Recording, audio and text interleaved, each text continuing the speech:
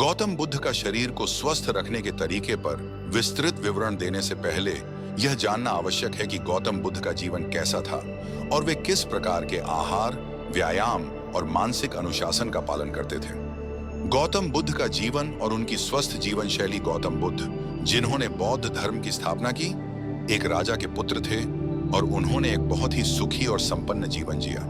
लेकिन जब उन्होंने संसार की वास्तविकता को समझा तो उन्होंने अपना राज्य और परिवार त्याग दिया और आत्मज्ञान की खोज में निकल पड़े।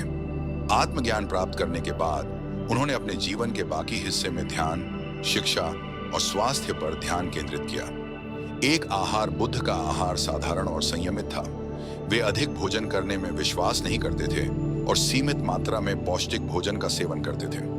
उनके आहार में मुख्यतः शाकाहारी भोजन शामिल था, जिसमें फल, सब्जियां, अनाज और जड़ी बूटियां होती थीं। वे खाना खाने में अनुशासन का पालन करते थे और अधिक खाने से बचते थे। बुद्ध ने अपने अनुयायियों को भी संयमित भोजन करने की सलाह दी थी, जिससे शरीर स्वस्थ रहे और ध्यान में बाधा न आए। 2, व्यायाम और शारीरिक गतिविधियां। बुद्ध के जीवन में शारीरिक व्यायाम का भी महत्वपूर्ण स्थान था। वे लंबी पैदल यात्रा करते थे, जो उनके शरीर को सक्रिय और फिट बनाए रखता था। इसके अलावा वे नियमित रूप से ध्यान और योगाभ्यास करते थे, जो मानसिक और शारीरिक स्वास्थ्य के लिए अत्यंत महत्वपूर्ण है। योग के विभिन्न आसनों और प्राणायाम ने उनके शरीर को मजबूत और लचीला बनाए रखा। 3, मानसिक अनुशासन। गौतम बुद्ध का मानना था कि मानसिक अनुशासन शारीरिक स्वास्थ्य के लिए आवश्यक है। उन्होंने ध्यान और मन की शांति पर विशेष ध्यान दिया। ध्यान के माध्यम से उन्होंने अपने मन को नियंत्रित किया और आंतरिक शांति प्राप्त की। वे मानते थे कि मानसिक तनाव और चिंताएं शारीरिक स्वास्थ्य को नुकसान पहुंचाती हैं। इसलिए उन्होंने अपने अनुयायियों को भी ध्यान और मानसिक शांति की महत्वता समझाई। 4, ध्यान, मेडिटेशन। बुद्ध का ध्यान उनके जीवन का एक अभिन्न हिस्सा था।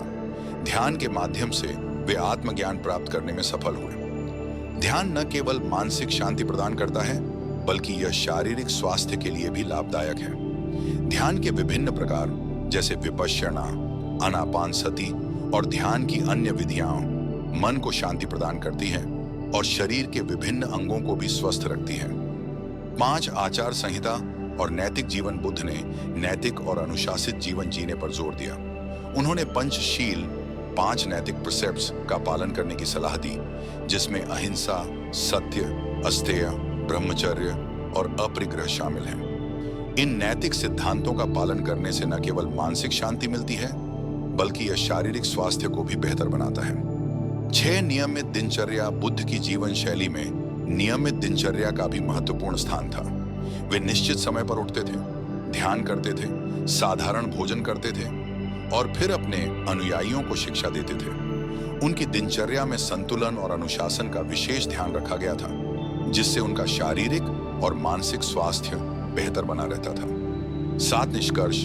गौतम बुद्ध का जीवन और उनकी शिक्षाएं हमें सिखाती हैं कि स्वस्थ जीवन के लिए आहार, व्यायाम, मानसिक अनुशासन, ध्यान और नैतिक जीवन का पालन करना आवश्यक है।